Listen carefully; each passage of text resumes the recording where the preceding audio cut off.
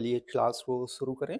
और आज की क्लास में हमने प्रैक्टिस करने के लिए मैथ्स के क्वेश्चंस लिए हैं और ये डिफरेंट टॉपिक पर आपके रिलेटेड होंगे। तो आज की क्लास में जितने भी सेंटेंसेज हों उनका आप लास्ट में टोटल स्कोर जरूर बताना कि आज की क्लास में आपका टोटल स्कोर कितना हुआ है। तो सबसे पहले लेते हैं सेंटेंस नंबर 1।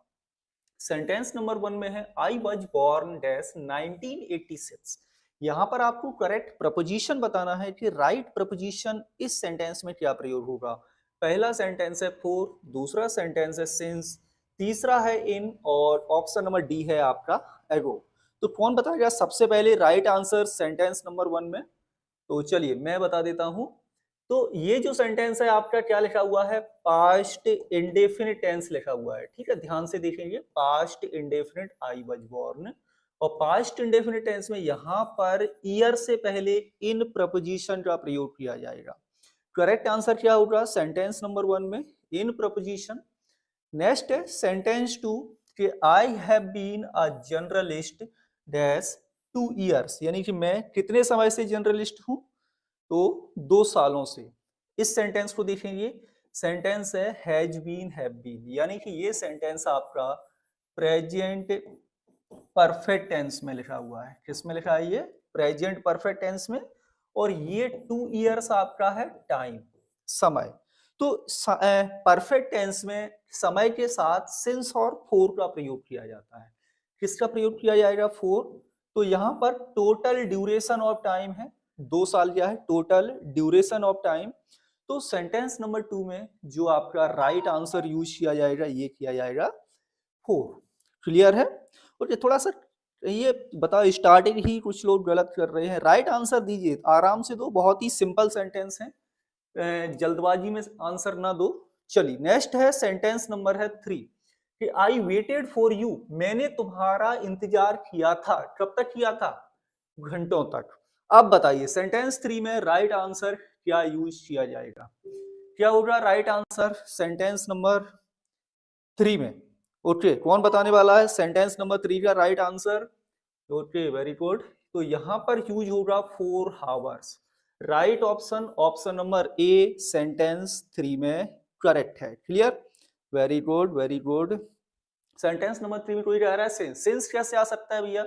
सिंस का प्रयोग आता है स्टार्टिंग। जब भी कोई कार्य स्टार्टिंग होता है ना, स्टार्टिंग का टाइम होता है, तो ये टोटल ड्यूरेशन, इसके बाद आती है total duration of time.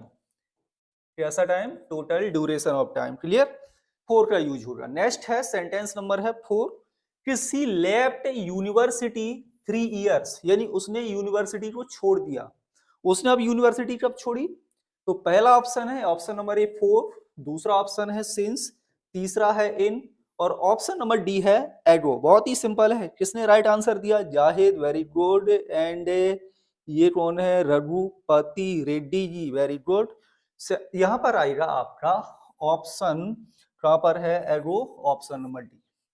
Option number D right answer होगा सेंटेंस नंबर 4 में। ठीक है, पास्ट इंडेफिनिट टेंस में एगो आता है। एगो ये आपका सेंटेंस पास्ट इंडेफिनिट है, सब्जेक्ट के बाद वर्ब की सेकंड फॉर्म। क्लियर है? ओके, नेक्स्ट आगे बढ़ते हैं और नेक्स्ट सेंटेंस, सेंटेंस 5। सेंटेंस 5 में है कि ही हैज लिव्ड अब्रॉड 1998, यानी वह अब्रॉड रहा है। कब तक रहा है?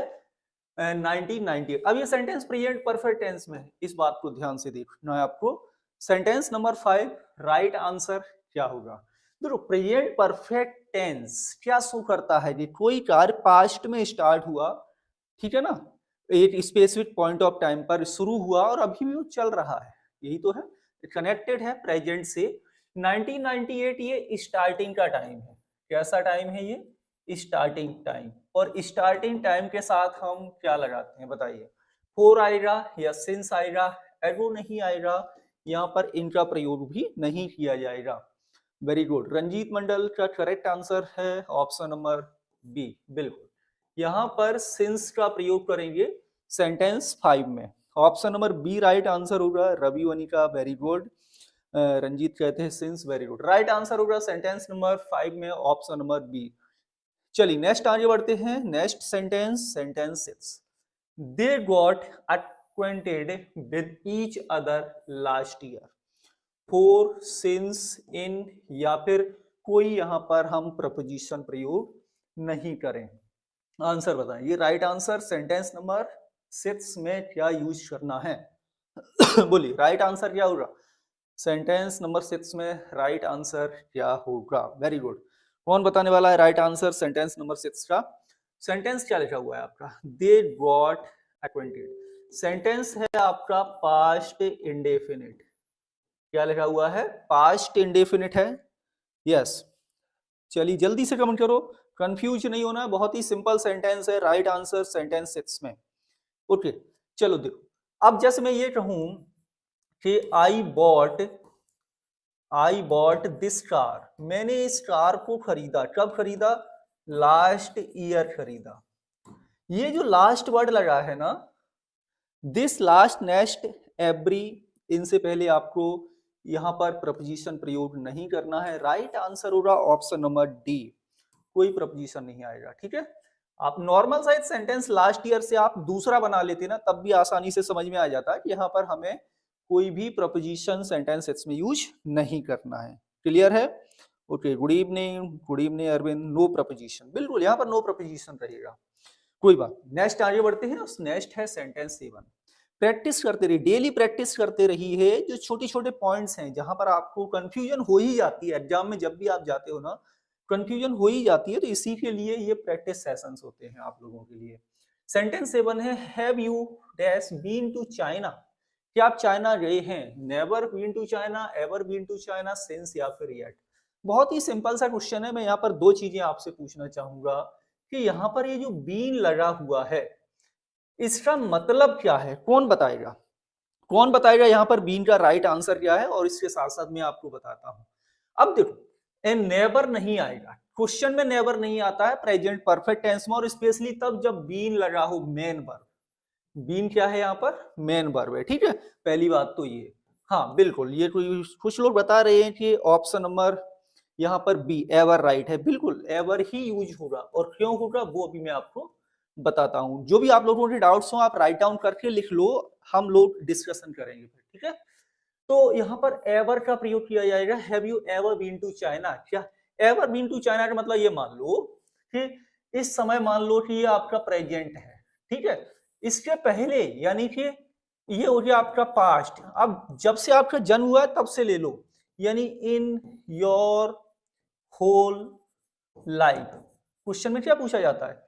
In your whole life have you ever been to China. क्या आप अपने पूरे जीवन में कभी चाइना में गए हैं?